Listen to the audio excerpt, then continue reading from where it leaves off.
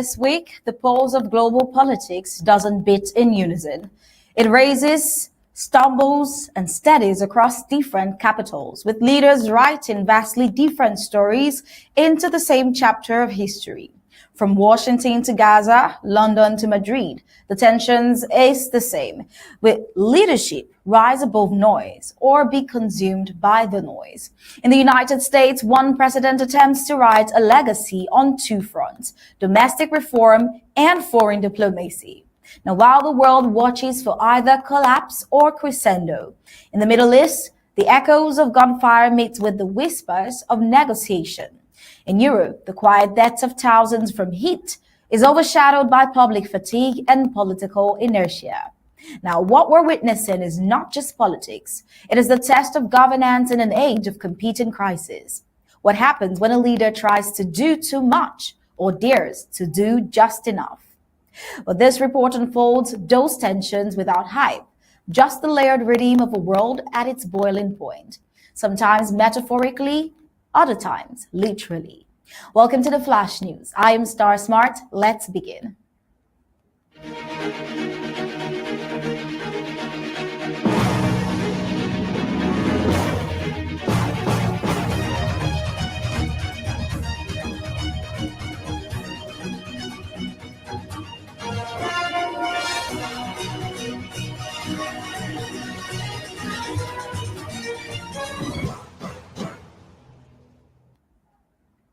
In a week where every second on Capitol Hill ticked like a countdown clock, President Trump's landmark tax and spending package, the one big beautiful bill, has fought its way past the Senate's thorns, clawing towards what could become the most consequential domestic win of his second term. Dubbed OBBB, the nearly 1,000-page legislative sweep offers sweeping tax cuts, expanded child credits, bolstered border protections, and historic boosts to defense, all while slashing welfare entitlements and shrinking the federal role in healthcare.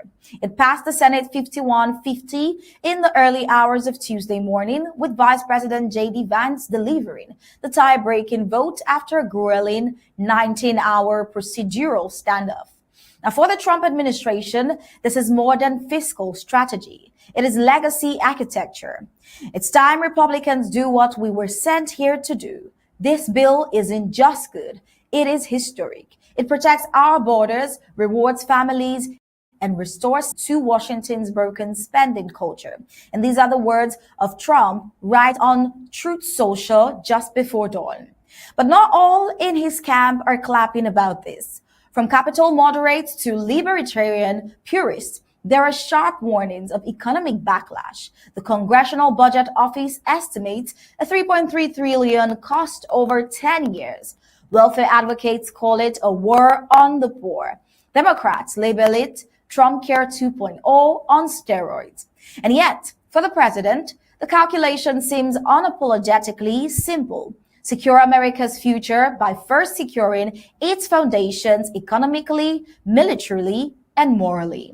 Now the bill advances to the House, where a smaller yet rowdier GOP majority is less predictable. Several conservative rebels, led by Representatives Roy, Massey, and Biggs, have threatened to vote no unless Trump agrees to deeper spending cuts. Negotiations intensified, with Speaker Johnson holding nightly talks aimed at locking down the final 218 votes needed for passage before Independence Day. But isn't this the very moment Trump's brand of disruption was made for? A chance to defy gridlock, deliver bold reform, and cement his imprint, not just on policy, but on history. Should the House greenlight the OBBB, Trump will have done what no president has managed since Reagan: realign domestic spending while actively reshaping America's global position in real time. A legacy-defining moment teeters on the edge of partisanship and possibility. But then, figures like Elon Musk have also taken the matter of the bill quite personally, moving from a partner of President Trump to a challenger of the same president, leaving us with a question. What happens when the two most powerful disruptors of 21st century America find themselves on opposite sides of the same bill. One writes the law, the other writes the check and the tweet. Well, this week, the escalating tensions between President Donald Trump and billionaire entrepreneur Elon Musk has burst into the open, raising eyebrows, alarms, and a single stunning question. And that question is, could Trump actually deport Elon Musk, or was it just a joke? Well, the president's words were quite unmistakable when asked by reporters at the White House whether he would consider deporting the Tesla and SpaceX CEO. Here's what President Trump replied. Let's take a listen. I don't know. I think we'll have to take a look. We might have to put Doge on Elon. Doge is the monster that might have to go back and eat Elon. As you can hear, delivered in Trump's signature half-joking, half-serious cadence, the remarks set off immediate media frenzy. Musk, a naturalized United States citizen, originally from South Africa, responded with a sharply restrained post on X. He says, "So tempting to escalate this. So tempting. But I will refrain for now." But beneath the surface level theatrics lies something more telling. A fundamental political and philosophical rupture between two titans who, not long ago, stood united. From allies to adversaries, and we're wondering what exactly broke between these two tycoons. Well, Elon Musk was one of Trump's biggest backers in the 2024 campaign, a tech mogul turned populist insider who even headed Trump's Department of Government Efficiency, the DOGE, a short-lived initiative aimed at slashing bureaucratic waste. But now, with Trump pushing his one big beautiful bill, the OBBB, Musk has become one of its most vocal critics. The bill, which passed the Senate this week and now faces a final House vote, cuts subsidies for electric vehicles, dismantles green energy incentives, and reallocates funds towards defense, tax cuts, and border security.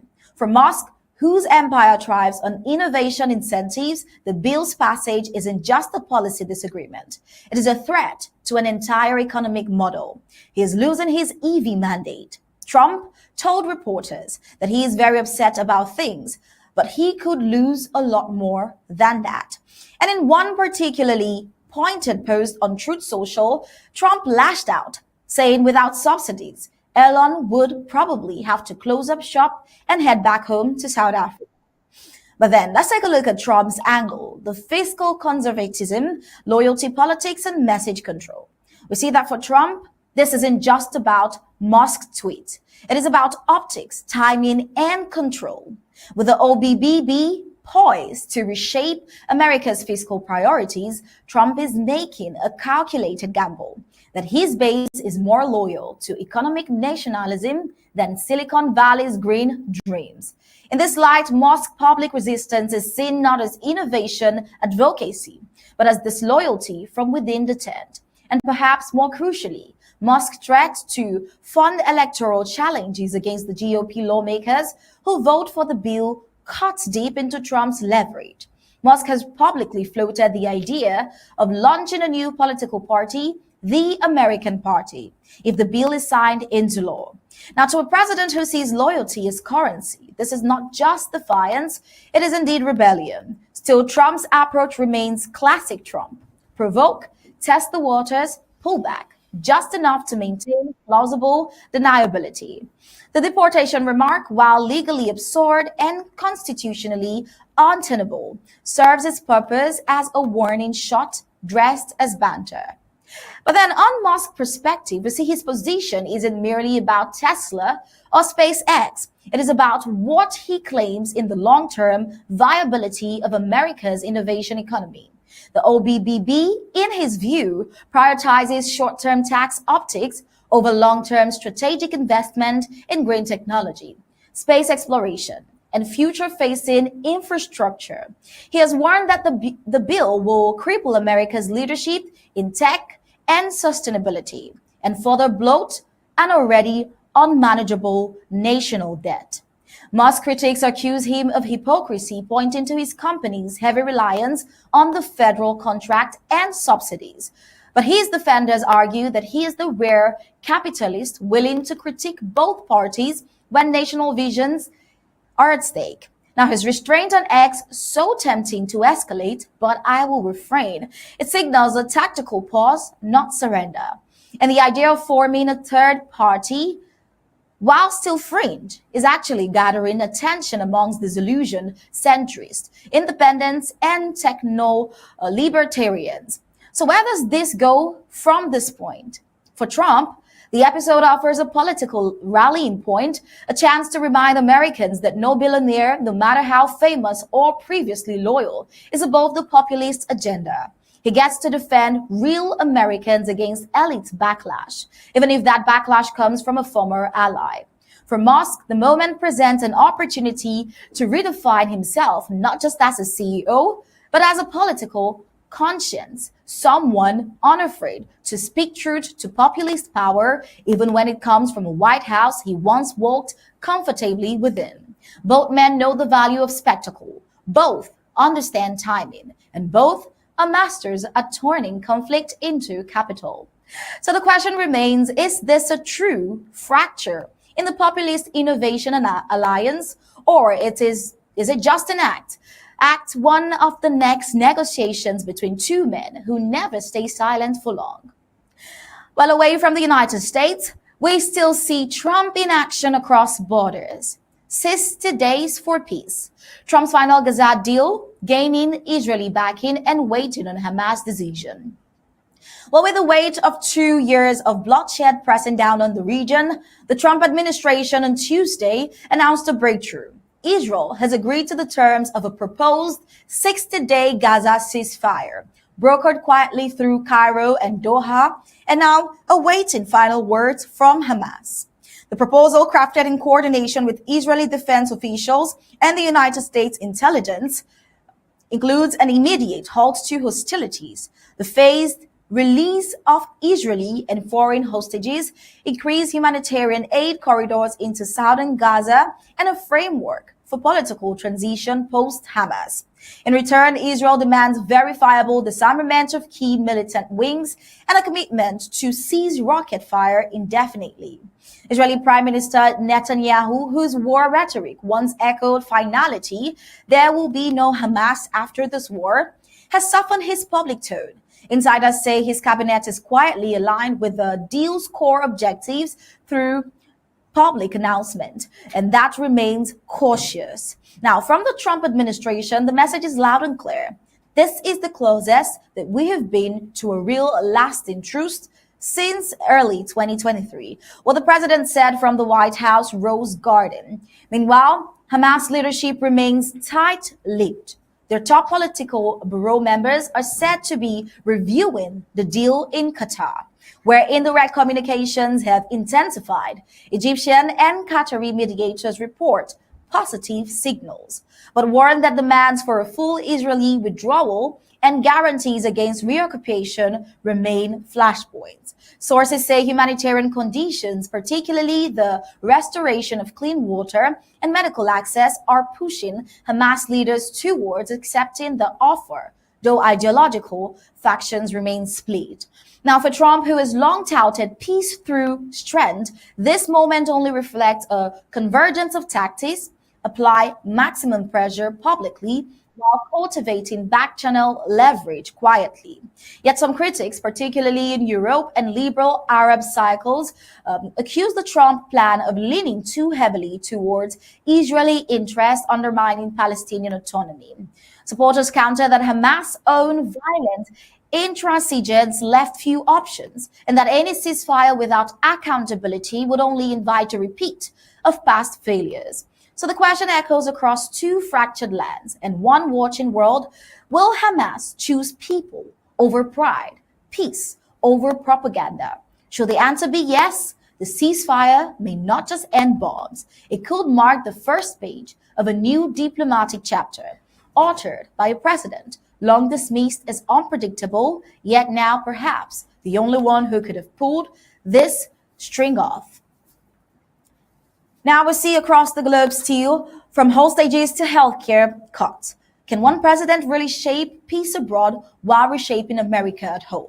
We see that in a week thick with diplomacy, drama and decision-making, President Donald J. Trump is attempting something few modern leaders dare, to simultaneously rewrite America's domestic blueprint while redrawing the contours of conflict in the Middle East.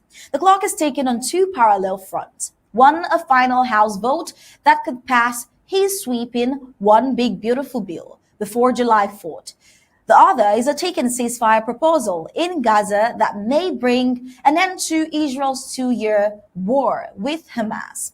Both are weighed with expectation and opposition. Both are moments where presidential will is on full display. And both beg the deeper question, can one leader still shape the world through strength without surrendering the soul of his own country? Well, supporters argue that Trump's strength lies in this duality, where domestic austerity meets foreign clarity.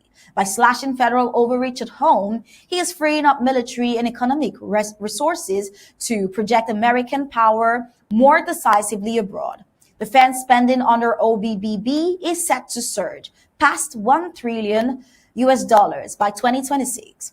Now, with specific emphasis on cyber warfare, space deterrence, and Middle East counter-terror operations. Critics, however, decry the cuts to welfare programs and public health services, warning of domestic fallout, Medicaid reduction, school lunch rollbacks, and new eligibility caps for unemployment insurance. It has triggered protests in nearly a dozen states. And yet Trump's calculus is unapologetic. A stronger America must first clean its fiscal house, even if the broom feels a little too harsh. Meanwhile, abroad, his Gaza plan has elevated the United States diplomatic capital at a moment when EU mediation appears paralyzed and traditional peace brokers have been pushed to the sidelines. Trump's proposal places clear lines in the sand. Disarmament first, humanitarian access second, and statehood conversation, if ever, last. Well, his critics label this sequence one-sided, his allies call it practical. In effect, Trump is governing like a man racing against history. His advisors speak often of urgency, clarity, legacy. His opponents call it reckless velocity. But whichever frame sticks, what's unfolding is the unmistakable image of a president refusing to be boxed in by parties, pundits, or even precedent. And beneath it all sits this delicate gamble that the same hand can hold the pen of peace abroad while signing away bloated bureaucracy at home, without one burning the other. Well, over to the United Kingdom's politics, we see Reeves joining Starmer in surprise show of unity amid Labour's calm before the storm. It was meant to be a routine campaign stop. Instead, it became a symbolic unveiling. Shadow Chancellor Rachel Reeves stepped onto the stage beside Labour leader Sir Keir Starmer on Tuesday, her first high-profile appearance in weeks, fueling speculations that Labour is preparing to move in from quiet strategy to political sharpness. The rally, held in a marginal Scottish constituency, focused on economic stability and post-Brexit recovery. But insiders say the real headline was behind the podium, a message of cohesion, discipline, and economic stewardship that might counterbalance conservative gains in the South. Starmer polished and focused promised restoration and repair, words echoed with almost eerie precision by Reeves, who assured the audience that Labour would never gamble with public death, but never abandon public good either. It was as much a rebuke of Tory fiscal turmoil as it was a subtle contrast to the shockwave conservatism sweeping the United Kingdom. Well, while Labour campaigns on competence, Trump campaigns on confrontation. Both claim to protect the working class, but their blueprints differ starkly. One invokes the state's helping hand and the other wields the market's discipline. Still, for observers of transatlantic policies and politics, Reeves' appearance is notable. She is often credited as Labour's economic stabilizer, the safe pair of hands meant to reassure both the city of London and working-class towns. Her public re-emergence comes as speculation swirl over whether Labour might form a coalition with Scottish Greens or Liberal Democrats in a hung parliament scenario. And while the United Kingdom remains absorbed in its own political choreography, the timing of Reeves' alignment with Starmer has a larger implication. Labour is trying to look ready, not just for votes, but for governance in an increasingly uncertain world. But in a world where boldness often beats balance, will technocratic calm ever be enough to move an anxious electorate? The answer may rest not in speeches, but in storms still gathering economically, globally, and electorally. Well, still across the globe in the European states, we see Europe boiling on the relentless heatwave, government scrambling and population in strain.